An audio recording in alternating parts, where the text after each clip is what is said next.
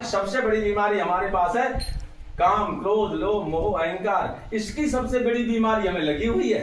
ये बीमारी से हम हटेंगे नहीं, इस बीमारी को जब तक छोड़ेंगे नहीं।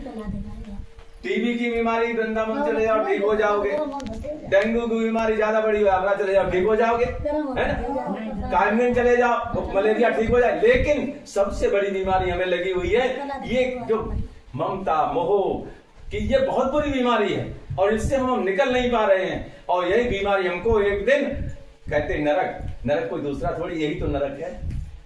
पहले हम बच्चे के चक्कर में, अपने शादी की, बच्चे के चक्कर, अपने चक्कर में, फिर बच्चा बड़ा हो गया उसकी शादी के चक्कर में, फिर बच्चा बड़ा हो गया जब वो घर में आई, अब नाती के चक्कर में। बड़ी बड़ी बुरी बीमारी, यही बीमारी सबसे ज्यादा खास दो बुरी बीमारी है। इस बीमारी को कम करो, है ना, अपने तक सीमित रखो ना, जहां तक अपना है अपने तक सीमित रखो, फिर बात खत्म हो गई।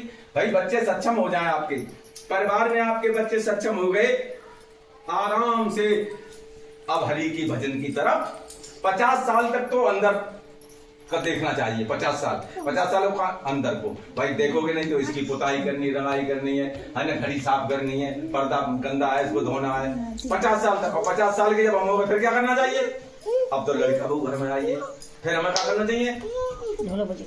बहराल को निकलो और धोने वाले, घड़ी साफ करने वाले दूसरे हमारे घर में आ गए हैं। अब हमें घर में अंदर नहीं घुसना चाहिए, हमें बाहर रहना चाहिए। बाहर का मतलब अब हरि भजन में अपना मन लगाना चाहिए, इन सब से मन को हटाना, क्योंकि हमारे बदले इन काम करने वाले दूसरे आ गए।